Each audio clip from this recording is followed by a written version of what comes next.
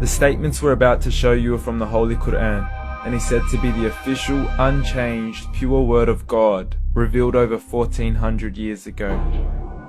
Claiming to be the word of God is a heavy statement, and without proof, or if a single contradiction is found within the book, the apparent word of God will be proven false. So without further ado, let's put the book to the test.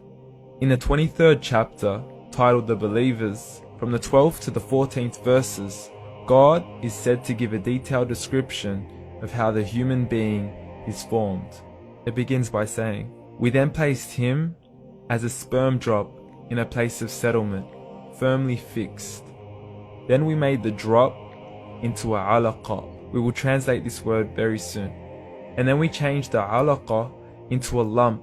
Then we made out of that lump into bones. And then we clothed the bones with flesh. Then we caused him to grow and come into being and attain the definitive human form." In the 21st century, we can now safely say that this verse is clearly describing the process of human development in correct chronological order. However, what we should be paying attention to in particular is the second stage, referring to the development of the embryo. The specific word used to describe the embryo in this verse is the word alaqa. The word alaqa, when translated into English, can mean three separate things. Firstly, a blood clot, or to be suspended, that is to be hanging or clinging to something, or thirdly and finally, a leech. Now, all three definitions don't come anywhere near what we perceive to be the human embryo. So, why are these words used, and what significance do they share with the human embryo? Can the embryo be described as a blood clot? Well, what do you think? In the third week of embryonic development, a tubular heart joins with the blood vessels to form a primordial cardiovascular system, and by the end of the third week, the blood is circulating and the heart begins to beat on day 21. The first thing that comes to mind in regards to being suspended or hanging is the umbilical cord.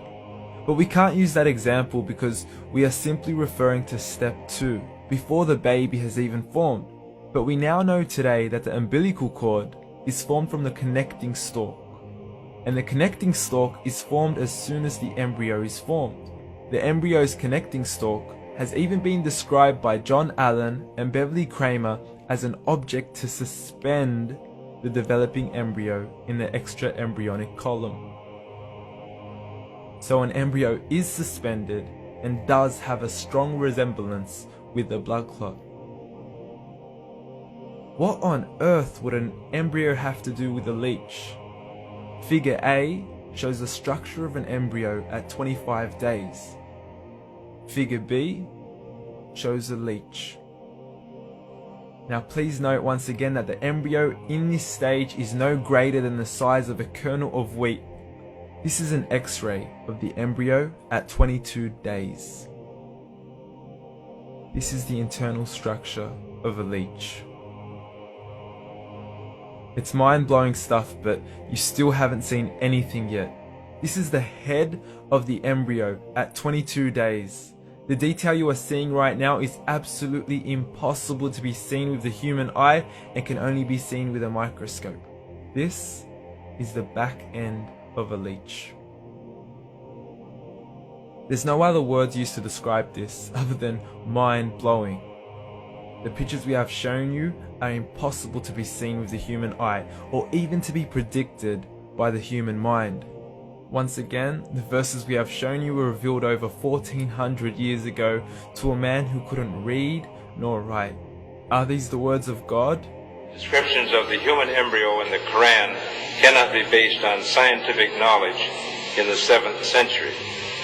The only reasonable conclusion is that these descriptions were revealed to Muhammad from God, from God, from God, from God, from God.